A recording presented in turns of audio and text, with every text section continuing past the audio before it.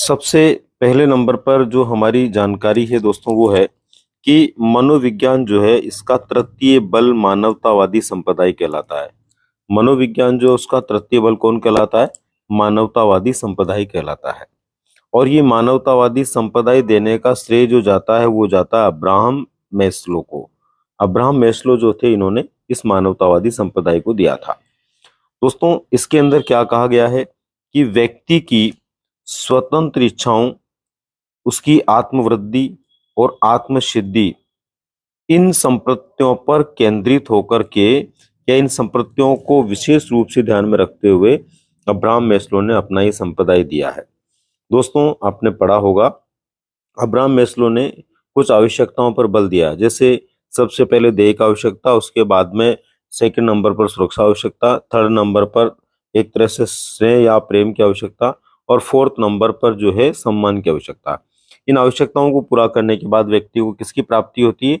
आत्म सिद्धि की प्राप्ति होती है। इस आत्म सिद्धि को इन्होंने क्या कहा है? पूर्ण संतोष कहा है। तो उस पूर्ण संतोष को प्राप्त करने के लिए ही व्यक्ति अपने जीवन के अंदर आगे बढ़ता है। इस संप्रत्यय का विचार दिया था अब्राहम मैस्लो ने। दूसरा महत्वपूर्ण हमारा बिंदु है इसमें अल्फ्रेड एडलर।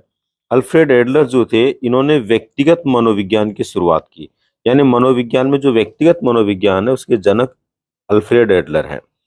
इन्होंने वैसे तो ये फ्राइड से ही जुड़े हुए हैं और फ्राइड के ही अनुयायी हैं, मनोविश्लेषणवाद के व्यक्तित्व हैं, लेकिन इन्होंने क्या किया, फ्राइड के लैंगिक मूल प्रवृत्ति वाले जो विचार थे, फ्राइड ने विकास के अंदर जो लैंगिक मूल प्रवृत्ति का विचार दिया था, लिबिडो शक्ति का, उस विचार को इन्होंने जो है नहीं माना, बल्कि उसके स्थान पर इन्होंने शक्ति अभिप्रेरक को महत्व दिया। यानी कि जो लिबिडो माना था फ्राइड ने, उसके स्थान पर इन्होंने किसको महत्व दिया? शक्ति अभिप्रेरक को। ध्यान रहे अल्फ्रेड एडलर मनोविश्लेषणवाद के ही विचारक हैं, लेकिन इन्होंने फ्राइड से हटकर के अपने कुछ विचार दिए थे। इसके बाद में नेक्स्ट है दोस्तों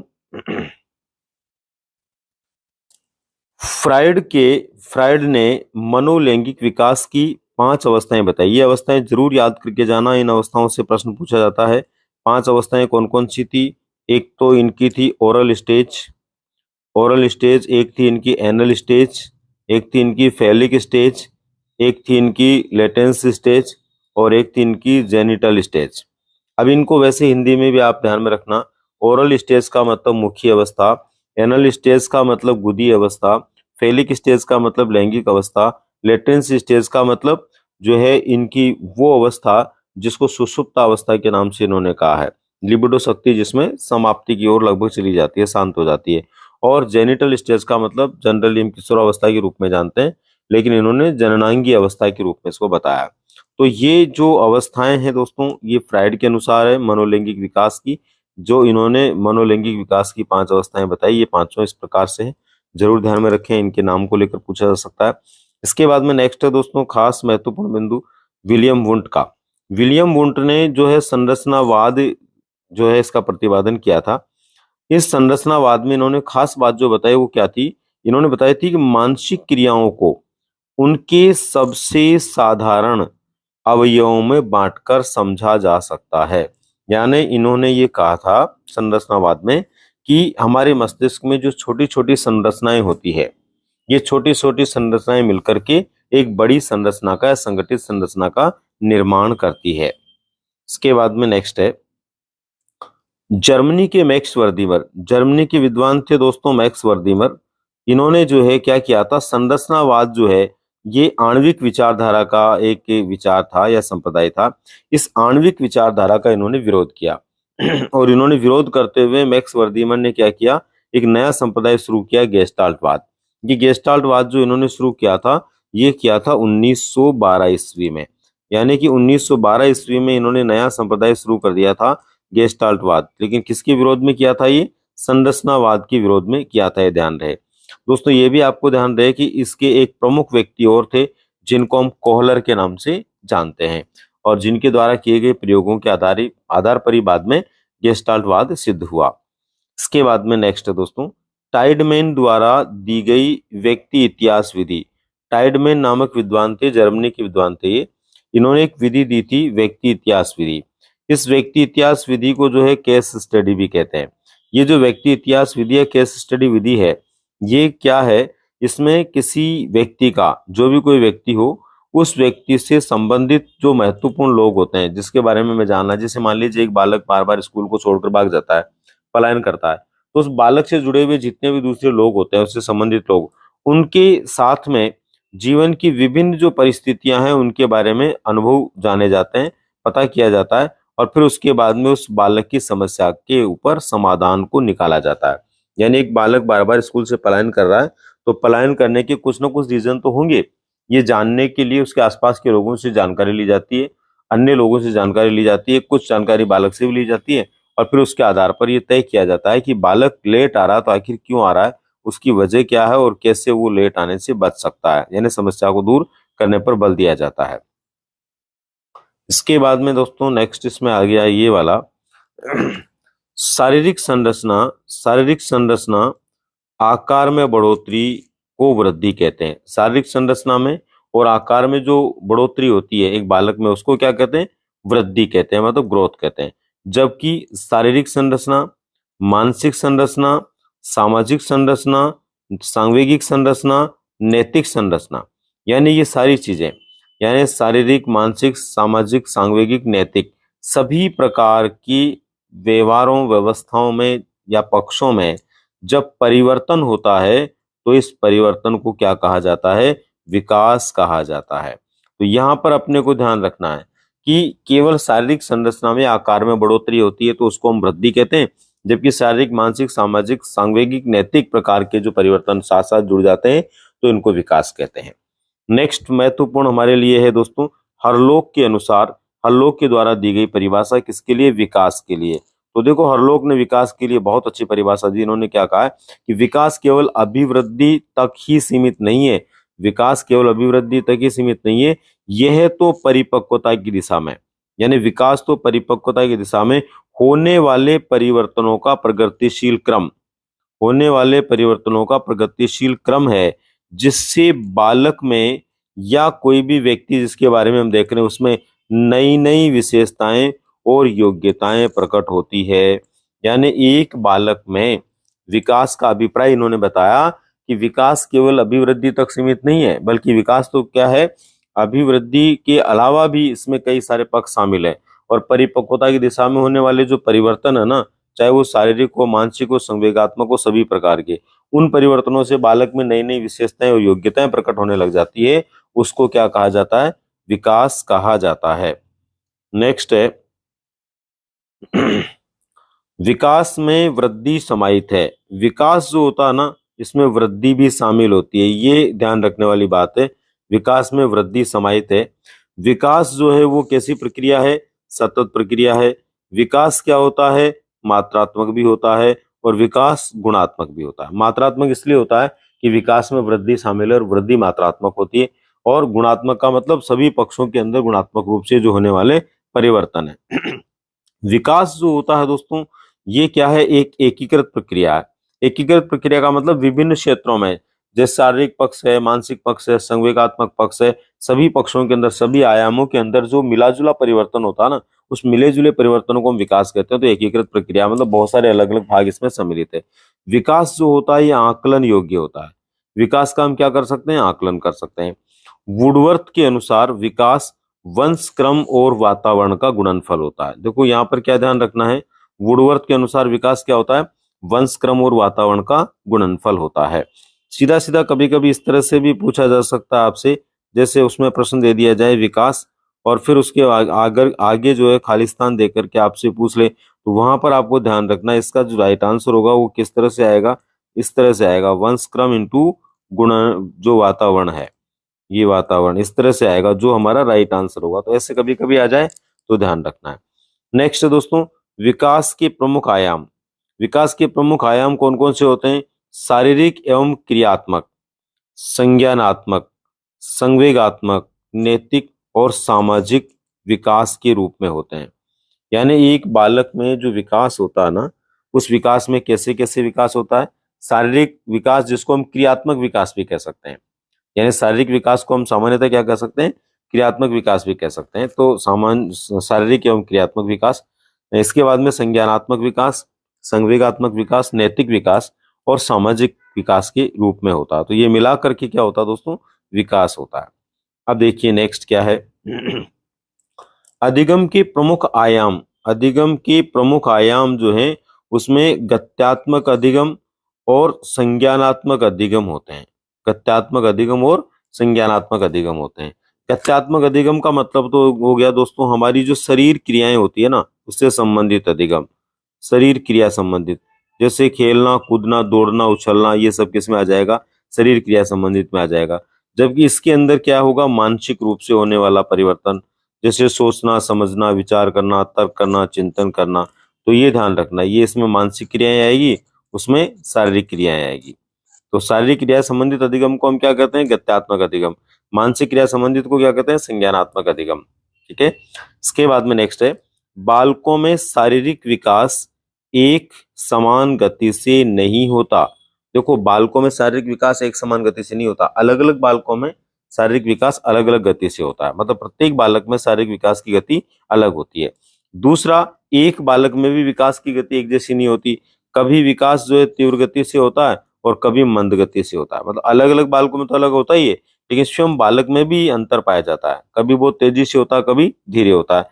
टेनर और मेरेडिथ नामक जो विद्वान है, इन्होंने विकास के 4 चक्र बताए हैं। 4 विकास चक्र बताए इन्होंने।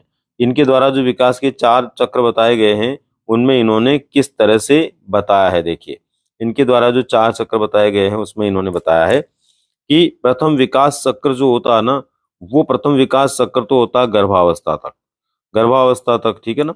उसके बाद में जन्म के बाद से लेकर के 2 वर्ष तक का काल होता है ना, ये विकास की गति क्या होती है, बहुत तेजी से होती है। उसके बाद में दूसरा चक्र होता है 3 वर्ष से लेकर के बाल्यावस्था तक। इसके अंदर इन्होंने कहा कि ये आंतरिक रूप से जो है परिवर्तन आता है और ये विकास की गति क्या होती है, बहुत धीमी होती है। तीसरा चक्र इन्होंने माना किशोरावस्था के समय, और किशोरावस्था के समय भी जो विकास होता है ना, बहुत तेजी के साथ में होता है। यानी 16 वर्ष की आयु तक बहुत तेजी से विकास होता है। फिर चौथा चक्र इन्होंने बताया 16वें वर्ष से लेकर के प्रौढ़ावस्था तक का विकास होता है। तो ये वापस कैसे होता है, धीमी गति से होता है। तो कुल मिलाकर हमें ये ध्यान रखना है कि विकास जो होता है उसके 4 चक्र होते हैं। उसमें इस तरह की स्थिति बनती है, पहले के अंदर तीव्र होता है, फिर उसके बाद में मंद होता है दूसरे में, फिर तीसरे के अंदर तीव्र होता है, और फिर चौथे के अंदर क्या हो जाता है, मंद हो जाता है। यानी एक ऐसा स्तर आता है जब बहुत तेजी से विकास होता है, दूसरा ऐसा स्तर आता है जब बहुत मंद गति से विकास होता है। इसके बाद में नेक्स्ट देखिए, अभिवृद्धि एक पक्षीय होती है, संकुचित होती है, निश्चित समय के बाद बंद हो जाती है। ठीक है, केवल संरचनात्मक बदलाव है, निश्चित दिशा में नहीं, केवल मात्रात्मक व मापन योग्य होती है। जबकि विकास जो होता है वो बहुपक्षीय होता है, व्यापक होता है, निश्चित दिशा में होता है, जीवन पर्यंत चलने वाली प्रक्रिया के रूप में होता है। ये मात्रात्मक भी होता है और गुणात्मक भी होता है। तो यहाँ पर देखो अभिवृद्धि और विकास के अंतर को स्पष्ट किया गया है। अगर हमने ये लाइनें याद कर ली तो इसका मतलब हमें किसका अंतर स्पष्ट हो गया, अभिवृद्धि व विकास का जो अंतर है वो यहाँ पर स्पष्ट हो जाता है। तो ये कुछ लाइनों को पढ़ने मात्र से हम अपने पेपर के अंदर बहुत आसानी महसूस करेंगे दोस्तों। निश्चित रूप से आपको सभी चीजें खास और महत्वपूर्ण लग रही होगी। नेक्स्ट है हमारा इसके अंदर विकास में विकास के सामान्य सिद्धांत भी आपको याद करने चाहिए। एक प्रश्न जरूर आता है सामान्य सिद्धांतों से। तो सामान्य सिद्धांतों में एक तो क्या है, विकास सार्वभौमिक होता है, एक विकास जो है निश्चित क्रम में होता है, विकास एक निश्चित दिशा में होता है, विकास निरंतर चलने वाली प्रक्रिया है, विकास की भविष्यवाणी की जा सकती है, व्यक्तिक होता है यानी प्रत्येक व्यक्ति में अलग अलग होता है, वंश क्रम से और वातावरण के साथ में होने वाली अंतः क्रियाएं जो होती है उनसे होता है, परस्पर आपस में संबंधित होता है, एकीकरण इसमें पाया जाता है। यानी कि एकीकरण पाए जाने का मतलब यहाँ पर ये हो गया कि एक अंग का संचालन बालक करता है, फिर दूसरे का, फिर तीसरे का, ऐसे सारे अंगों का संचालन सीख जाता है। परस्पर संबंध का मतलब होता है एक विकास दूसरे से जुड़ा होता है। ये शारीरिक विकास अच्छा होगा तो मानसिक विकास भी अच्छा होगा, मानसिक विकास अच्छा होगा तो आगे के विकास भी अच्छे होंगे। ऐसे चक्राकार या वर्तुलाकार विकास का सिद्धांत, तो ये सिद्धांत कहता है कि मानव का विकास कभी भी रेखीय नहीं होता बल्कि चक्राकार या वर्तुलाकार होता है। कुछ विकास बहुत तेजी से होते हैं, कुछ मंद गति से, लेकिन आपस में संतुलित होकर के वो बढ़ते हैं। और एक लास्ट में है सामान्य से विशिष्ट क्रियाओं का सिद्धांत, यानी पहले सामान्य क्रियाएं सीखता, उसके बाद में विशिष्ट क्रियाएं सीखता। तो इस तरह से ये विकास के सामान्य सिद्धांत है, ये भी आपको ध्यान रखने की जरूरत है। इसके बाद में नेक्स्ट आता है विकास की प्रक्रिया में आकार में परिवर्तन। विकास की जो प्रक्रिया होती है इसमें आकार के अंदर परिवर्तन हो जाना, अनुपात के अंदर परिवर्तन हो जाना, पुरानी आकृतियों का विलोपन हो जाना, नए लक्षणों का आना तथा आकृतियों का संचयन होना होता है। यानी ये सब कुछ होते हैं विकास की प्रक्रिया में। आकार भी बदलता है, अनुपात भी बदलता है, पुरानी आकृतियों का विलोपन भी होता है, नए लक्षण भी आते हैं, जैसे पुराने दांत निकल जाते हैं, उनकी जगह नए दांत आ जाते हैं। इसके अलावा नई नई विशेषता भी उम्र के साथ में बढ़ती रहती है। तो ये विकास से संबंधित खास विशेषताएं हैं। नेक्स्ट है वैसे अलग अलग विद्वानों के अनुसार विकास की अवस्थाओं के लिए अलग अलग समय निर्धारित है या आयु काल निर्धारित है। अलग अलग विद्वान अलग अलग मानते हैं, लेकिन सर्वमान्य जो वर्णन है या वर्गीकरण है वो जोन्स नामक विद्वान का है। और जोन्स ने जो वर्गीकरण दिया उसके अनुसार शेषवावस्था जो होती है वो जन्म से 5-6 वर्ष तक होती है, बाल्यावस्था जो होती है वो 5-6 वर्ष से 12 वर्ष तक होती है, किशोरावस्था जो होती है वो 12 से 18-19 वर्ष तक होती है। तो ये थोड़ा ध्यान रखना है, इसमें कंफ्यूज नहीं होना है, क्योंकि अलग अलग किताबों में अलग अलग विद्वानों के अनुसार मान्य है, लेकिन यहाँ जो हम पढ़ते हैं जनरली वो जोन्स के अनुसार पढ़ते हैं। और जोन्स के अनुसार ही सामान्यतः ये आयु के जो निर्धारण किए गए हैं शेषवावस्था, बाल्यावस्था, किशोरावस्था वो तय है। तो इसके अनुसार आपको ध्यान रखना चाहिए। इसके बाद में नेक्स्ट आता है बालक में होने वाला जो विकास है। बालक में जो विकास होता है वो जो विकास सिर से पैर की ओर होता है। एक होता है सिर से पैर की ओर, इस सिर से पैर की ओर होने वाले विकास को क्या कहते हैं? सिफेलोकोडल कहते हैं। क्या कहा जाता है? सिफेलोकोडल, या इसको मस्तकोदमुखी भी कहते हैं। सिफेलोकोडल या मस्तकोदमुखी। दूसरा है निकट से दूर की ओर या केंद्र से परिधि की ओर होने वाला जो विकास है, यानी अंदर से बाहर की ओर जो विकास होता है बालक में, यानी पहले केंद्रीय अंगों का निर्माण होता है, बाद में अन्य अंगों का निर्माण होता है, तो उसे क्या कहा है?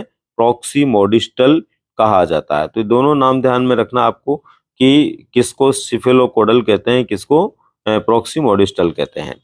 अगला है विकास में वंशक्रम और वातावरण की भूमिका को लेकर मनोवैज्ञानिकों में जो मतभेद पाया गया उसे प्रकृति पोषण विवाद की संज्ञा दी जाती है।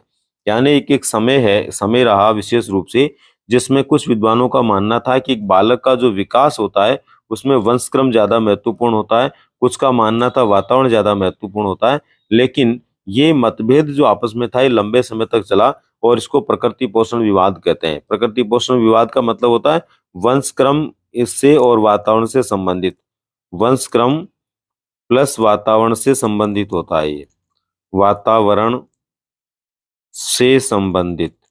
ठीक है, तो वंशक्रम और वातावरण से संबंधित था ये प्रकृति पोषण विवाद। ये पूछा जा सकता है कि प्रकृति पोषण विवाद का संबंध किससे है। इसके बाद में नेक्स्ट है दोस्तों ये गेसेल के अनुसार बच्चे की वृद्धि एवं विकास वातावरण तथा आनुवंशिकता दोनों से प्रभावित होता है, लेकिन बालक के विकास की गति तंत्रिका तंत्र की वृद्धि पर निर्भर करती है।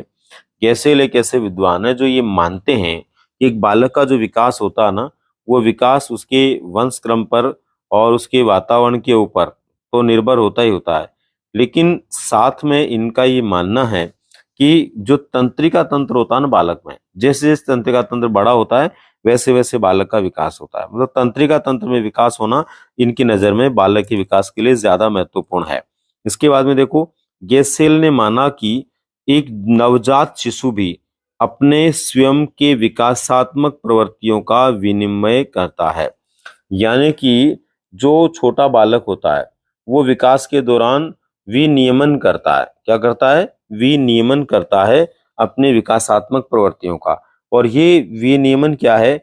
वह बालक अपने खाने का और पीने का और सोने का जो है टाइम तय कर लेता है। एक निश्चित समय पर सोता है, निश्चित समय पर जगता है। इसको आत्म विनियमन कहते हैं या फिर सेल्फ रेगुलेशन कहते हैं। यानी कि ये एक सेल्फ रेगुलेशन की स्थिति होती है जिसमें छोटा बालक जो होता है वो खुद के लिए खुद नियम बनाता है, सोने बैठने जगने उठने के, दूध पीने के, सब कुछ। और फिर इन नियमों के आधार पर वो व्यवहार करता है ये कहा है किसने? गैसेल ने। इसके बाद में नेक्स्ट है पियाजे के अनुसार संज्ञान से तात्पर्य संवेदना, प्रत्यक्षीकरण, धारण, समस्या समाधान, चिंतन, तर्क आदि मानसिक क्रियाओं से है। यानी कि जिसे हम संज्ञान कहते हैं, संज्ञानात्मक विकास कहते हैं, तो संज्ञान का अभिप्राय पियाजे के अनुसार क्या है? संवेदना से है। सबसे पहले ये ज्ञान की प्रथम वस्तु होती है जो सबसे पहले ज्ञानेंद्रियों से प्राप्त होती है, जिसका अर्थ स्पष्ट होता है। फिर हमारा मस्तिष्क उस पर गतिविधि करके प्रत्यक्षीकरण में लाता है, मतलब उसके अर्थ को स्पष्ट करता है। फिर व्यक्ति उस ज्ञान को धारण करता है और वो ज्ञान कभी न कभी समस्या समाधान में काम आता है। और जब समस्या समाधान की प्रक्रिया चलती है तो समस्या समाधान किससे मिलता है? चिंतन से मिलता है। इसलिए चिंतन का अपने आप इसमें आना हो जाता है। और चिंतन का हाई रूप जो होता है, उच्च स्तर होता है, उसको हम तर्क कहते हैं। नेक्स्ट देखिए, स्कीमा ये शब्द है जीव विज्ञान का। ये पूछा जा चुका ग्रेड सेकंड में, पहले परीक्षा में, ध्यान रहे। तो स्कीमा जीव विज्ञान का शब्द है जिसका प्रयोग किसने किया? सबसे पहले पियाजे ने किया। कहां पर किया? मनोविज्ञान के क्षेत्र में। इसका तात्पर्य क्या होता है? तो इसका तात्पर्य होता है ऐसी मानसिक संरचना से है जो व्यक्ति के मस्तिष्क में सूचनाओं को संगठित करती है, व्याख्या करती है और उपस्थित होती है। यानी ये जो सारे काम इनको करने के लिए स्वयं उपस्थित होती है। यानी एक बालक या व्यक्ति के मस्तिष्क में सूचनाओं को संगठित करने और व्याख्या करने के लिए जिसकी उपस्थिति होती है उसको क्या बोलते हैं? स्कीमा बोलते हैं। दूसरा, ये एक प्रकार से क्रिया के समानांतर चलने वाली मानसिक क्रिया है। कुल मिलाकर ये कह सकते हैं कि एक क्रिया के समानांतर जो मानसिक क्रिया दूसरी व्यक्ति के मस्तिष्क में चलती है उसे इन्होंने क्या कहा है? स्कीमा कहा है। इसके बाद में नेक्स्ट है ये वाला, जब एक व्यक्ति अपने स्कीमा को वातावरण की नई सूचनाओं के अनुसार परिमार्जित कर लेता है तो इसे समंजन कहते हैं। मतलब जो पुराना ज्ञान है उस पुराने ज्ञान में नए ज्ञान को समाहित करते हुए पुराने ज्ञान को परिष्कृत कर लेना, यानी कि पुराने ज्ञान को परिष्कृत कर लेना, ये कह सकते हैं हम। पुराने ज्ञान को परिष्कृत करना, पुराने ज्ञान को परिष्कृत करना, इसी को क्या कहा जाता है? इसी को कहा जाता है समंजन। नेक्स्ट है जीववाद या सजीव चिंतन, जिसे इंग्लिश में एनिमिज्म भी कहते हैं, के कारण बालक निर्जीव वस्तुओं को भी क्या समझता है? सजीव समझता है। अर्थात उसमें सजीव और निर्जीव का अंतर करने की क्षमता नहीं होती। और ये समय कब होता है? ये समय होता है पूर्व संक्रियात्मक अवस्था का। पूर्व संक्रियात्मक जो अवस्था होती है उस अवस्था के अंदर ये पाया जाता है, यानी ये गुण पाया जाता है। उस समय बालक प्रत्येक वस्तु को क्या मानता है? सजीव मानता है। और इस आयु की यदि हम बात करें तो ये आयु कब से कब होती है? ये होती है 2 से 7 वर्ष की आयु होती है, जिसको हम क्या कहते हैं? पूर्व संक्रियात्मक अवस्था कहते हैं। नेक्स्ट है किशोरावस्था में तार्किक रूप से तर्क वाक्यों के बारे में निर्णय लेने के लिए एक योग्यता आ जाती है। कुल मिलाकर के किशोरावस्था में तार्किक रूप से तर्क करने से संबंधित एक योग्यता पैदा हो जाती है, जिससे बालक या किशोर अपना निर्णय लेना शुरू कर देता है। यानी किशोरावस्था के लोगों में निर्णय लेने की क्षमता पैदा हो जाती है। तर्क वाक्य एक दूसरे से संबंधित हैं या नहीं हैं, यह अंतर साध्य परक तर्क कहते हैं। यानी कि जब तार्किक अवस्था होती है किशोरावस्था की, उस तार्किक अवस्था के अंदर वो किसी भी परिस्थिति के संदर्भ में एक दूसरे के संदर्भ में सही है, नहीं है, गलत है, सही है, इस प्रकार का निष्कर्ष निकालता है या ऐसी स्थिति को प्राप्त करता है, तो वो तार्किक चिंतन से होता है। मतलब कुल मिला के क्या सही है और क्या गलत है इसकी अवधारणा इससे स्पष्ट होती है। इसके बाद में देखो, ब्रूनर जो थे उन्होंने संज्ञानात्मक विकास जो है उसको एक क्रमिक रूप से प्रक्रिया माना है। इन्होंने कहा है कि संज्ञानात्मक विकास एक क्रमिक प्रक्रिया है जिसके अंदर बालक के चिंतन में संकेत तथा प्रतिमा को महत्वपूर्ण माना है। यानी बालक के चिंतन में जो संकेत होता है वो और उसके मस्तिष्क में जो प्रतिमा बनती है वो महत्वपूर्ण होती है। किसके लिए? संज्ञानात्मक विकास के लिए। किसके अनुसार? ब्रूनर के अनुसार। और संज्ञानात्मक विकास में इन्होंने भाषा के महत्व को भी दिया है। बाकी जैसे जीन पियाजे ने भाषा के महत्व को स्थान नहीं दिया, लेकिन इन्होंने भाषा के महत्व को भी स्थान दिया है। नेक्स्ट है वुडवर्थ का ये विचार पूछा जा सकता है। देखो आपसे, बहुत ही अच्छा विचार है। वुडवर्थ का विचार है संवेग व्यक्ति की उत्तेजित दशा है। संवेग क्या है? मान लो ये पूछा जाए आपसे, तो व्यक्ति की उत्तेजित दशा होती है। रोस के अनुसार, रोस ने क्या कहा? संवेग चेतना की वह अवस्था है जिसमें रागात्मक तत्व की प्रधानता होती है।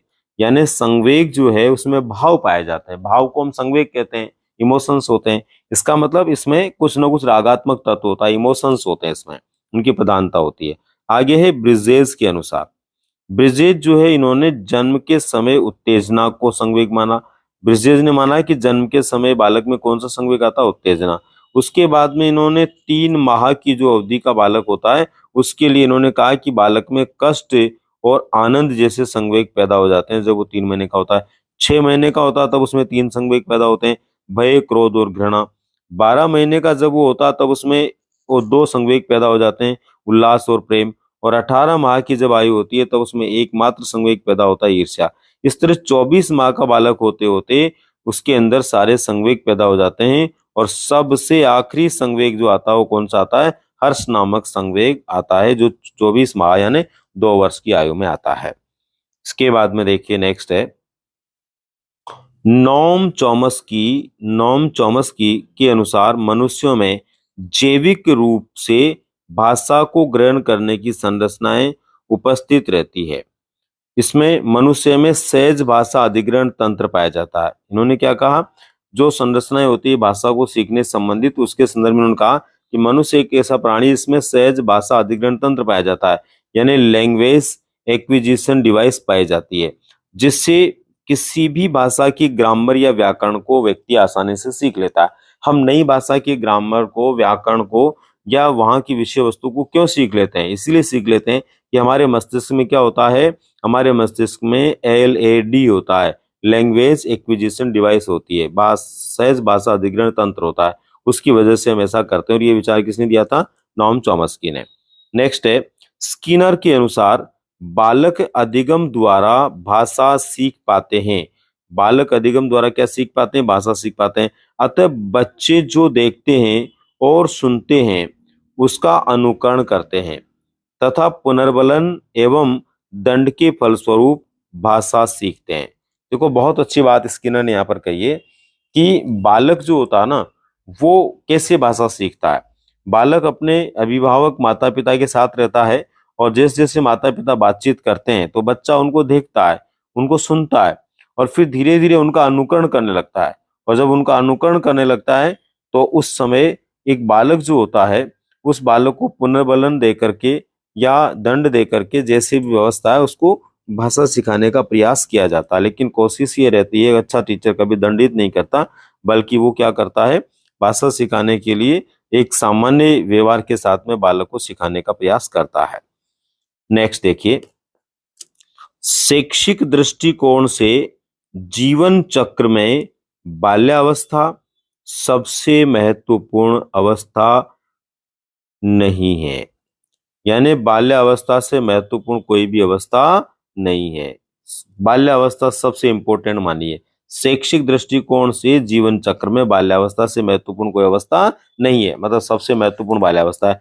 जो इसलिए इस अवस्था के समय शिक्षा पर विशेष ध्यान दिया जाना चाहिए। ऐसी स्थिति में हमें क्या करना चाहिए? शिक्षा के ऊपर बालक को कब ध्यान देना चाहिए? जब बाल्यावस्था में हो। इसे प्राथमिक विद्यालय की आयु भी कहते हैं। इस आयु को क्या कहते हैं? प्राथमिक विद्यालय की आयु भी कहते हैं, जो महत्वपूर्ण होती है। इसलिए एक बालक पर जो वो बाल्यावस्था में हो विशेष रूप से ध्यान दिया जाना चाहिए। नेक्स्ट है कोहलबर्ग ने नैतिक विकास का सिद्धांत दिया था। नैतिक तर्कणा और नैतिक द्विधा के अनुसार उन्होंने अपना विचार दिया था। इनकी प्रमुख पुस्तक जिसमें इन्होंने नैतिक विकास के बारे में बताया वो है the psychology of moral development. The psychology of moral development यानी कि वह मनोविज्ञान जो इस बात को बताता है कि एक बालक में नैतिक विकास कैसे होता है। ये इनकी पुस्तक का नाम था जो 1984 में प्रकाशित हुई है। इसके बाद में नेक्स्ट देखिए, पियाजे के अनुसार नैतिक मूल्यों का जो निर्माण होता है वो संवेगात्मक तत्व से होता है। संवेगात्मक तत्व का मतलब होता है एक व्यक्ति के दुख दर्द को देखकर दूसरे के मन में आए कि यार मैं कैसे इसके दुख को दूर कर सकता हूँ, वो संवेगात्मक तत्व है। व्यवहारात्मक तत्व आपस में एक दूसरे के साथ में परिस्थिति के अनुसार हम व्यवहार करते हैं तो व्यवहारक तत्व हो गया। संज्ञानात्मक तत्व यानी कि जो संज्ञानात्मक तत्व होते हैं जो ज्ञान से जुड़े हुए होते हैं, जैसे जैसे व्यक्ति का ज्ञान बढ़ता है वैसे वैसे सुनिश्चित रूप से उसके अंदर क्या फर्क पड़ता है, वैसे वैसे नैतिक मूल्यों का उसमें विकास होने लगता है। यहां पर देखिए इनके लिए इन्होंने the moral judgement of the child, इन्होंने एक पुस्तक लिखी है the moral judgement of the child, ये पुस्तक लिखी है और इस पुस्तक में इन्होंने दो प्रकार की नैतिकता के उल्लेख किए। एक इन्होंने जो नैतिकता बताई है वो बताई है स्वायत्त नैतिकता और एक इन्होंने बताई है परायत्त नैतिकता। परायत्त नैतिकता बालक जब छोटा होता है ना, लगभग 7 वर्ष से कम का, तब होती है और स्वायत्त नैतिकता 10 वर्ष बाद होती है। ऐसा विचार इन्होंने दिया है। अनुबंध के जनक पावलोव को कहते हैं। अनुबंध के जनक कौन कहलाते हैं? पावलोव कहलाते हैं। संबंध प्रत्यावर्तन के महत्व को स्पष्ट करता है। ये जो अनुबंध है, अनुबंध का सिद्धांत है, ये संबंध प्रत्यावर्तन के महत्व को स्पष्ट करता है।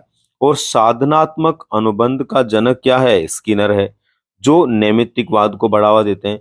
यानी कि अनुबंध के जनक पावलोव है जो तो संबंध प्रत्यावर्तन को स्पष्ट करते हैं, जबकि साधनात्मक अनुबंध के जनक कौन है? स्किनर है, जो नैमित्तिकवाद को बढ़ावा देते हैं। नैमित्तिकवाद का मतलब है बालक अपना निर्माता खुद होता है। इसके बाद में नेक्स्ट देखिए, थॉर्नडाइक के अनुसार सीखना संबंध स्थापित करना, संबंध स्थापित करने का कार्य मनुष्य मस्तिष्क से करता है।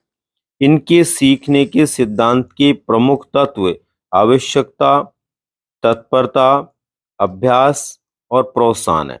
तो देखो थॉर्नडाइक क्या कहना चाह रहे हैं? थॉर्नडाइक कहना चाह रहे हैं कि कोई भी व्यक्ति जो सीखता है ना वो कैसे सीखता है। इसके लिए इन्होंने मानसिक प्रकार के संपर्कों के बारे में बताने की कोशिश की है और लास्ट में इन्होंने कहा कि प्रमुख तत्व क्या क्या होते हैं। एक तो पहली तो नीड होती है, आवश्यकता होती है प्राणी को। कोई भी काम प्राणी कब सीखता है? जब उस काम को सीखने की उसको आवश्यकता हो। तत्परता होनी चाहिए काम को सीखने के लिए जिससे उसमें रुचि पैदा हो। काम का अभ्यास करना जरूरी है और प्रोत्साहन भी उसको दिया जाना चाहिए, तब जाकर के वो सीखता है। अगला है, थॉर्नडाइक के अनुसार शिक्षण अधिगम की जो प्रक्रिया होती है इसमें अधिगमकर्ता की मानसिक वृत्ति या अभिवृत्ति पर निर्भर करती है। थॉर्नडाइक का क्या कहना है कि शिक्षण या अधिगम की जो प्रक्रिया है ना, शिक्षण अधिगम प्रक्रिया, उस अधिगमकर्ता की मानसिक वृत्ति व अभिवृत्ति पर निर्भर करती है। अगर सीखने वाला जो है उसकी मानसिकता सीखने के प्रति सकारात्मक है तो वो प्रभावशाली हो जाएगी शिक्षण प्रक्रिया। और मान लीजिए छात्र की सीखने की रुचि बिल्कुल ही नहीं है तो फिर वो प्रभावशाली नहीं रह पाती है। नेक्स्ट है, यदि किसी कार्य को लेकर अधिगमकर्ता की मानसिकता सही नहीं है, कोई भी काम ऐसा है जिसको लेकर हम अधिगमकर्ता के बारे में बात करें तो उसकी मानसिकता क्या है? अच्छी नहीं है, उस कार्य को करने के प्रति तत्परता नहीं दिखेगी। कुल मिलाकर के जिस कार्य के प्रति तत्परता होती है तो उसमें रुचि पैदा हो जाती है, लेकिन बालक में जब तत्परता दिखाई नहीं देती, कब? जब उसके अंदर उस कार्य के प्रति कोई सकारात्मक अभिवृत्ति नहीं होती है, रुचि नहीं होती है, या फिर यूं कहें कि उस दिशा के अंदर विशेष प्रकार का सकारात्मक भाव नहीं होता है। नेक्स्ट है,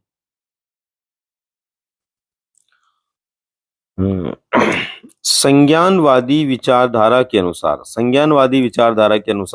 स्मृति को एक महत्वपूर्ण संज्ञानात्मक प्रक्रिया माना है। यानी चीजों को हम याद रखते हैं ना अपने मस्तिष्क में होती है स्मृति, उसको उन्होंने एक महत्वपूर्ण प्रक्रिया माना है। स्मृति तंत्र में 3 तत्व शामिल होते हैं। इन्होंने माना स्मृति तंत्र जो होता है ना, जिन चीजों को अपन याद रखते हैं उसमें 3 तंत्र होते हैं। सबसे पहले तो कूट लेखन, यानी जो भी हमारे शब्द हैं जो भी हमारे विचार है उनको कूट लेखन के माध्यम से हम मस्तिष्क में स्थापित करना चाहते हैं। भंडारण मतलब ऐसे बहुत सारे चीजें हैं, उनको इकट्ठा करना पड़ेगा और जरूरत पड़ने के ऊपर उन चीजों को वापस अपने माइंड से निकालना भी पड़ेगा। तो वो होती है स्मृति। इसके तीन है, कूट लेखन, भंडारण और पुनः। इसी विचारधारा के अनुसार स्मृतियां संवेदी, लघुकालीन जो है स्मृति और दीर्घकालीन स्मृति होती है। संवेदी स्मृतियां मतलब एक पर एक सेकंड के लिए भी, एक सेकंड से भी कम समय के लिए, जब जैसे मान लो गर्म पानी को छुआ हमने और तत्काल हटा लिया, तो वो संवेदी जो है स्मृतियां हैं। लघु स्मृतियों का मतलब जो लगभग 30 सेकंड तक रह पाए, और दीर्घकालीन का मतलब होता है जो 30 सेकंड से भी ज्यादा लंबे समय तक या अनंत काल तक रह पाए। इस तरह से स्मृतियों को तीन भागों में बांटा गया। इसके बाद में देखिए, वाइगोत्स्की और ब्रूनर के अनुसार सामाजिक निर्मितिवाद में माना गया है कि बालक स्वयं अपने अनुभवों और ज्ञान से अपने खुद के व्यवहार की संरचना करता है या ज्ञान व्यवहार की संरचना करता है। यानी वाइगोत्स्की और ब्रूनर का यह मानना है कि बालक के में निर्मितिवाद की विचारधारा पाई जाती है, और निर्मितिवाद की विचारधारा के कारण बालक अपना निर्माता स्वयं होता है, वो अपना निर्माण खुद करता है, वो स्वयं अपने अनुभवों से ज्ञान की संरचना को अपने आप में बढ़ाता है। लेकिन उसके सामाजिक वातावरण की भूमिका उसके अधिगम में अत्यंत महत्वपूर्ण होती है। ये बिल्कुल ठीक बात है। ब्रूनर और वाइगोत्स्की का कहना है कि बालक निर्मितिवाद की विचारधारा के कारण स्वयं अपने स्तर पर सीखता है, लेकिन ये डिपेंडेंट किस पर होता है? ये डिपेंडेंट होता है उसके सामाजिक वातावरण पर। सामाजिक वातावरण की भूमिका इसमें बहुत महत्वपूर्ण होती है। इसके बाद में नेक्स्ट है, देखो, बाधा निवारण, मार्ग परिवर्तन, लक्ष्य प्रतिस्थापन और निर्णय समायोजन की प्रत्यक्ष विधियां हैं। बाधा निवारण का मतलब जब व्यक्ति को लगता है कि मेरे काम में कोई बाधा आ रही है, रुकावट आ रही है, तो रुकावट को दूर करने के उपाय काम में लेता है। मार्ग परिवर्तन, किसी एक तरीके से काम में सफलता नहीं मिलने से तरीका बदल देना। लक्ष्य प्रतिस्थापन का मतलब बड़े लक्ष्य को प्राप्त नहीं कर पाने पर उसी प्रकृति का छोटा लक्ष्य प्राप्त करना। जैसे आईएएस नहीं बन पाया तो आरएएस बन के संतोष प्राप्त करना। निर्णयन का मतलब होता है जब भी द्वंद्व में व्यक्ति होता है ना, दो अलग अलग परिस्थिति में उलझ जाता है, तब वो निर्णयन करता है, डिसीजन लेता है।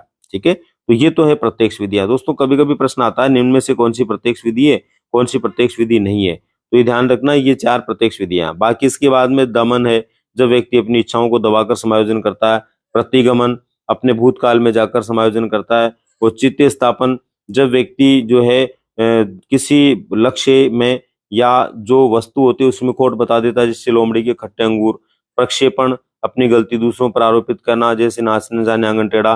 तादात्म्यकरण, जब एक व्यक्ति दूसरे व्यक्ति के साथ में अपने आप को जोड़कर बताने लगता है और स्वयं भी वैसा ही बनने की कोशिश करता है, वो क्या तादात्म्यकरण होता है। मनोरचन, मनोरचन का मतलब प्रतिक्रिया निर्माण, बगुला भगत होना।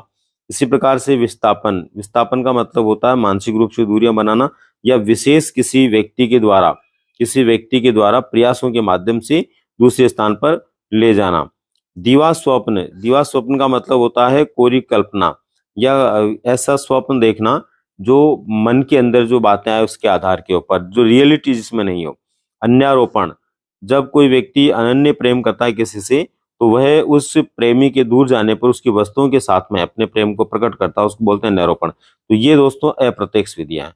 तो ये ध्यान रखना, एक प्रश्न यहाँ से जरूर आता है, या तो प्रत्यक्ष विधि पूछेगा कि कौन सी प्रत्यक्ष विधि है, या पूछेगा कौन सी अप्रत्यक्ष विधि है, तो आप डेफिनेटली कर पाएंगे अगर ये थोड़ा ध्यान में रखेंगे। इसके बाद में नेक्स्ट दोस्तों, मानसिक स्वास्थ्य के अनुसार जो व्यक्ति स्वयं के समायोजन संबंधी सिद्धांतों में आत्मज्ञान रखता है, आत्म स्वीकृति रखता है, वास्तविकता में जीना जानता है, आत्म नियंत्रण करना जानता है, स्व संगठन करना जानता है, आत्मा कृतिकरण जानता है, या संतुलित महत्वाकांक्षा का स्तर होता है, वह व्यक्ति मानसिक रूप से स्वस्थ होता है। यानी ये सारे गुण जिस व्यक्ति में पाए जाएंगे वो निश्चित रूप से मानसिक रूप से स्वस्थ होगा। मानसिक स्वास्थ्य से संबंधित जो व्यक्ति होते हैं उनके लक्षण पूछ लेते हैं। जैसे ग्रेड सेकंड में प्रश्न आया था, एक बालक जो है वो किस प्रकार से या कौन से वातावरण के अंदर अपने आप को समायोजित रख पाता है। ऐसे एक प्रश्न पूछा गया था ग्रेड सेकंड के अंदर कि मानसिक रूप से स्वस्थ व्यक्ति कहाँ निवास करना चाहता है या करता है। तो उसमें भीड़ भाड़ के इलाके में, सामाजिक वातावरण में, या फिर जो है पहाड़ों पर आदि आदि। तो उसका राइट आंसर था सामाजिक वातावरण में। तो ये सारी चीजें मानसिक स्वास्थ्य सही होने पर ही संभव है। इसके बाद में नेक्स्ट है मैस्लो जो थे, अब्राहम मैस्लो, इन्होंने और मिटेल मैन ने एक मानसिक स्वास्थ्य के बारे में अपने विचार दिए थे। तो इन्होंने कहा था मानसिक स्वास्थ्य को लेकर के कि समुचित सुरक्षा भाव, आत्म मूल्यांकन, सहजता, वास्तविकता, आत्मज्ञान, समुचित जीवन उद्देश्य और अनुभवों से सीखने की क्षमता जिसके अंदर पाई जाती है और आवश्यकताओं को संतुष्ट करने का भाव जिसमें पाया जाता है, वो ही क्या है, अपने आप में मानसिक रूप से स्वस्थ हैं। यानी कुल मिलाकर ये कह सकते हैं, वह व्यक्ति जो स्वयं सुखी है, वह व्यक्ति जो स्वयं सुखी है और दूसरों को भी सुखी रहने देता है, दूसरों को भी सुखी रहने देता है।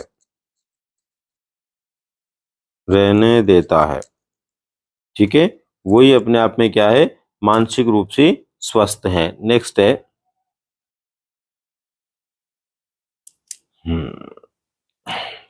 1983 ईस्वी में हार्वर्ड गार्डनर ने अपनी पुस्तक frame of mind the theory of multiple intelligence, ये इनकी पुस्तक है।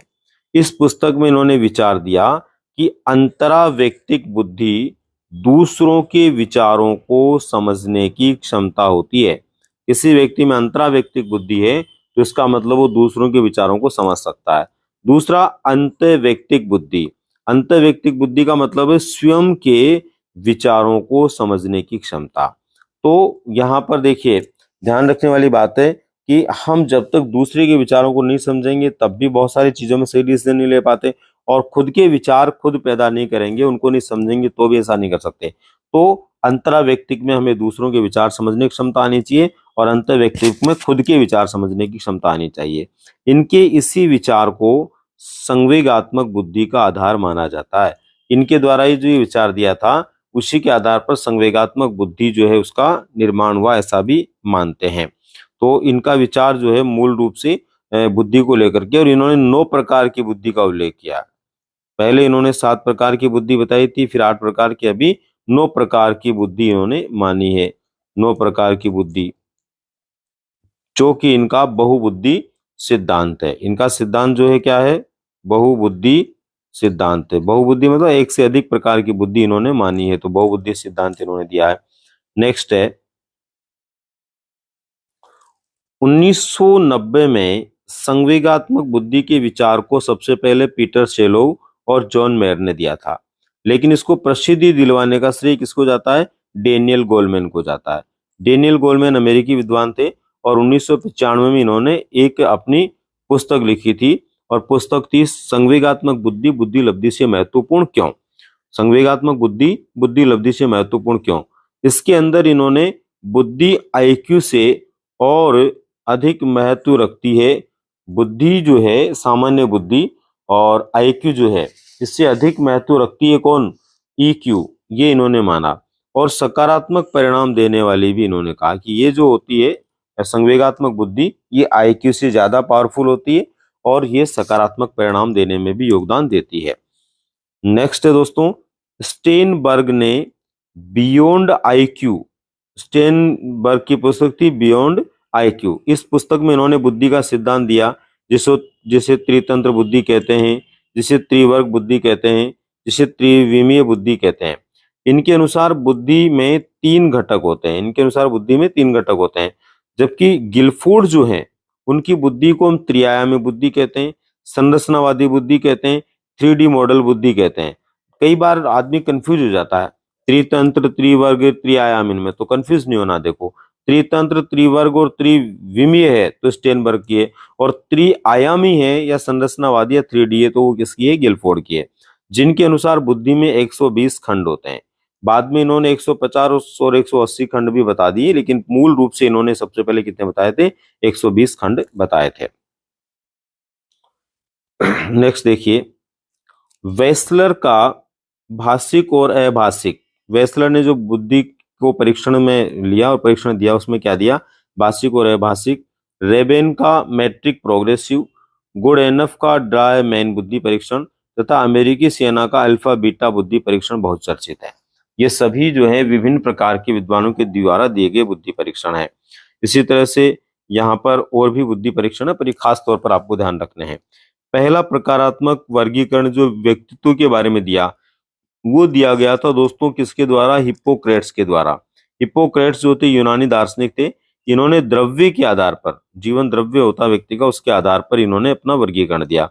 इन्होंने बताया कि कुछ लोग पीला पित्त वाले होते हैं, कुछ लोग काला पित्त वाले होते हैं, कुछ श्लेष वाले होते हैं और कुछ रक्त वाले होते हैं।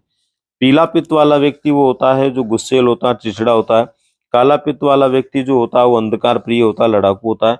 श्लेष वाला व्यक्ति उदासीन व्यक्ति होता है, एकांत प्रिय होता है और मतलब बहुत ज्यादा काम में इसका इंटरेस्ट नहीं होता है। रक्त वाला जो होता है वीर साहसी बहादुर होता है। तो इस तरह से इन्होंने वर्गीकरण दिया था। वहीं पर शरीर रचना के आधार पर वर्गीकरण दिया था सेल्डन ने। सेल्डन ने बताया था एंडोमोर्फी गोलाकार को, एक्टोमोर्फी लंबाकार को और मिसोमोर्फी आयताकार को। इस तरह से इन्होंने शरीर संरचना के आधार पर वर्गीकरण दिया, जरूर याद रखना आपको। नेक्स्ट है स्प्रेंगर जो थे दोस्तों, इन्होंने समाज शास्त्र के आधार पर सैद्धांतिक, धार्मिक, सामाजिक, सौंदर्यात्मक, आर्थिक, राजनीतिक प्रकार के व्यक्तित्व का वर्णन किया। इन्होंने टोटल 6 प्रकार का व्यक्तित्व बताया। कुछ को कहा कि सिद्धांतों पर चलने वाले होते हैं, सैद्धांतिक होते हैं। कुछ धर्म को आगे रख करके अपने कार्यों को करने वाले होते हैं, धार्मिक होते हैं। कुछ सामाजिक कार्यों में विशेष रुचि रखते हैं। कुछ सौंदर्यात्मक कार्यों में, कला से संबंधित कार्यों के अंदर विशेष रुचि रखते हैं, जैसे गार्डनिंग करना है या कोई चित्र बनाना है, कहीं भी सजावट करनी है, उन कार्यों में इनका विशेष योगदान रहता है। आर्थिक जो लेन देन को लेकर के, अर्थ को लेकर के कार्य होते हैं बड़े, उनमें ज्यादा ध्यान रहता है। राजनीतिक मतलब राजनीति को लेकर के जिसका वर्चस्व होता है। ये सब व्यक्तित्व के प्रकार बताए किसने? स्प्रेंगर ने। इसके बाद में देखो कार्ल जुंग ने अंतर्मुखी और बहिर्मुखी ये 2 प्रकार के व्यक्तित्व बताए। अंतर्मुखी जो एकांत प्रिय होता है, अकेला रहता है, उदासीन रहता है, निराशा युक्त होता है। और बहिर्मुखी जो होता है वो सामाजिक होता है, लोगों के साथ मिलनसारिता के साथ में रहता है, सहकारी भाव रखता है। और सबसे खास बात यह है कि ऐसा व्यक्ति जो होता है वो सामान्यतः हंसमुख होता है। वहीं पर जुंग के शिष्यों ने क्या किया, बाद में इसमें एक नया और वर्ग जोड़ दिया, उभयमुखी। और इन्होंने कहा कि एक उभयमुखी प्रकार भी होता है। उभयमुखी में इन्होंने कहा जो अंतर्मुखी और बहिर्मुखी दोनों में विशेषताएं पाई जाती है, दोनों को मिलाकर के जो बनता है वो बनता है उभयमुखी। इसके बाद में नेक्स्ट है केटल नामक विद्वान, आरबी केटल। आरबी केटल ने 16 पीए प्रश्नावली दी थी। 16 पीए प्रश्नावली क्या है? ये विशेष प्रकार के व्यक्तित्व के संदर्भ में है। इन्होंने विशेषक का सिद्धांत दिया था हमारे व्यक्तित्व के निर्माण में। उसी में इन्होंने 16 शील गुण बताए थे। इन्होंने कहा था कि विशेषक 2 तरह के होते हैं। एक तो वो विशेषक होते हैं जो सतही होते हैं, एक वो होते हैं जो स्रोत विशेषक होते हैं। इन विशेषकों से व्यक्ति का व्यक्तित्व बनता है। लेकिन इन्होंने कहा कि 16 शील गुण पाए जाते हैं प्रत्येक व्यक्ति में। जबकि फ्राइड ने व्यक्तित्व संगठन में इदम और अहम और इसके बाद में परम अहम इस तरह के घटकों का उल्लेख किया। तो कुल मिलाकर ये कह सकते हैं कि अलग अलग विद्वानों ने अलग अलग प्रकार से अपने विचार व्यक्तित्व संगठन या निर्माण के लिए दिए हैं। लेकिन इसमें ये केटल वाली जो बात है आपको जरूर ध्यान रखनी है। ये 16 पीए प्रश्नावली ये बार बार परीक्षा के अंदर आने वाला प्रश्न है। ये बहुत बार परीक्षा में आ चुका है। ठीक है, नेक्स्ट क्वेश्चन है। नेक्स्ट जो हमारा विचार है दोस्तों वो ये है कि मनोवृत्ति जो होती है ना ये सदैव अर्जित होती है। बार बार प्रश्न आता है, मनोवृत्ति क्या होती है? सदैव अर्जित होती है। रुचि जो होती है वो जन्मजात भी होती है और अर्जित भी होती है, ध्यान रहे। मनोवृत्ति जो है वो केवल क्या होगी? अर्जित होगी। रुचि जो है वो क्या होगी? जन्मजात भी होगी और अर्जित भी होगी। अभिक्षमता का अर्थ क्या है? अभिक्षमता किसी विशिष्ट विषय या क्षेत्र में ज्ञान या कौशल विकसित कर लेने से है। यह व्यक्ति के व्यवसाय से संबंध रखने वाली होती है। यानी किसी भी व्यक्ति की अभिक्षमता, अभियोग्यता, अभिरुचि जो होती है उसके व्यवसाय से जुड़ी होती है और इसलिए होती है कि वो उस क्षेत्र के अंदर अपनी योग्यताओं को अर्जित कर चुका होता है। इसके बाद में देखिए थर्स्टन और लिकर्ट की अभिवृत्ति मापनी होती है।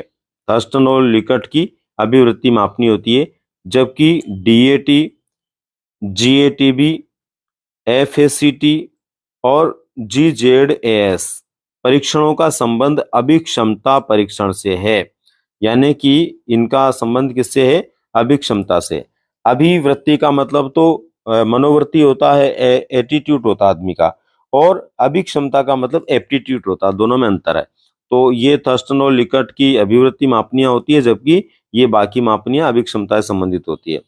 आदत कार्यों को क्या बनाती है? सरल बनाती है। जैसे जैसे हमें कार्यों की आदत होती जाती है, वैसे वैसे कार्य हमारे सरल हो जाते हैं। और व्यक्तित्व निर्माण में सहायक होती है।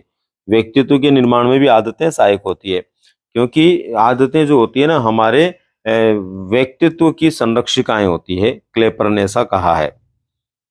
नेक्स्ट देखिए, वह योग्यता वह योग्यता जो नवीन शब्दों को देखकर विचार प्रकट करने की क्षमता होती है, जो सृजनात्मकता कहलाती है। इससे कार्य अपसारी चिंतन का योगदान होता है। इस कार्य में, ये जो कार्य होता है ना, इस कार्य में अपसारी चिंतन का योगदान होता है। इसका मतलब ये ध्यान रहे कि कौन से बच्चों में, जो बच्चे सृजनशील होते हैं उनमें अपसारी चिंतन पाया जाता है। ठीक है, अपसारी चिंतन पाया जाता है। हॉलमैन के अनुसार नवीनता, विलक्षणता, विस्मयता और अनोखा चिंतन किसकी विशेषता होती है? ये सब विशेषताएं होती है सृजनात्मकता की। यानी कि ये सारी चीजें, जिसमें मौलिकता भी इसके अंदर आप लिख सकते हैं, मौलिकता इसके अंदर आप लिख सकते हैं ऐसे बालकों के संदर्भ में। नवीनता, तो नवीनता तो यहाँ पर लिख लिया। मौलिकता, मौलिकता के बाद में नव निर्माण लिख सकते हैं, नव निर्माण भी इनकी विशेषता होती है। ठीक है, इसके अलावा जो है ये उच्च समायोजन भी करने की स्थिति होती है, उच्च समायोजन। ठीक है, और एक बात और खास है कि इनका जो आकांक्षा स्तर होता है वो उच्च होता है, उच्च आकांक्षा, क्योंकि जब तक आकांक्षा उच्च नहीं होगी तब तक व्यक्ति उस दिशा में काम ही नहीं कर पाएगा, तो उच्च आकांक्षा इनकी होती है। तो ये कुछ खास बातें हैं जो सृजनात्मक बालकों के लिए ध्यान में रखनी चाहिए। इसके बाद में नेक्स्ट है, उपलब्धि की चाह में प्राणी क्रिया करने के लिए प्रेरित होता है। बालक अभिप्रेरणा से प्रेरित होकर अपने कार्यों को ढंग से करता है कि उसे अधिक से अधिक क्या मिले? सफलता मिल सके। किसी चीज को अपने से करने, उसे अच्छे ढंग से करने तथा उसमें विशिष्टता दिखाने की स्वीकारात्मक इच्छा को ही उपलब्धि अभिप्रेरणा कहते हैं। देखो, उपलब्धि अभिप्रेरणा व्यक्ति को 100% सफल बनाती है।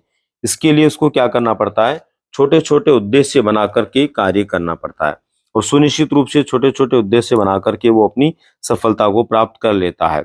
इसलिए व्यक्ति को छोटे छोटे उद्देश्य बनाकर विशिष्ट ढंग से अपने कार्य करने चाहिए।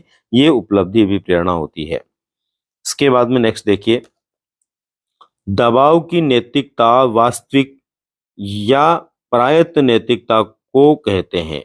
दबाव की नैतिकता जो किसको कहते हैं?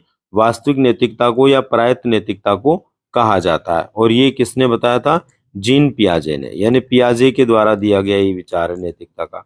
नेक्स्ट है, इसमें बालक दूसरों के व्यवहारों से दबाव में व्यवहार करता है। यानी इसको दबाव की नैतिकता इसलिए कहते हैं कि बालक दूसरा जैसे भी कोई भी कहता है उससे बड़ा सेम वैसे के वैसे वो कार्य करता है। आगे देखिए, ऑलपोर्ट के अनुसार व्यक्ति एक ऐसी प्रवृत्ति या स्थायी आदत जिसका प्रभाव व्यक्ति के व्यक्तित्व के हर व्यवहार में देखने को मिले, यानी कि उस आदत का प्रभाव व्यक्ति के हर व्यवहार में देखने को मिले, इस प्रकार की विशिष्ट आदत को क्या कहते हैं? कोर्डिनल प्रवृत्ति कहते हैं। यानी एक प्रकार से सामान्य गुण हो जाता है ये व्यक्ति का, जो उसके हर कार्य में देखने को मिल जाता है। जबकि ऐसी प्रवृत्ति जो उस व्यक्ति के व्यवहार को सर्वोत्तम रूप से वर्णित करती है, यानी कि विशिष्ट बनाती है उसको क्या बोला जाता है? केंद्रीय प्रवृत्ति बोला जाता है। यानी शील के गुणों में जो विशिष्ट शील के गुण होते हैं वो उसको सर्वोत्तम के रूप में जो है बतलाते हैं, इसलिए ये क्या होगा? यहाँ पर केंद्रीय प्रवृत्ति होगी। इसके बाद में नेक्स्ट देखिए, दो धनात्मक लक्ष्यों के मध्य उत्पन्न होने वाले संघर्ष।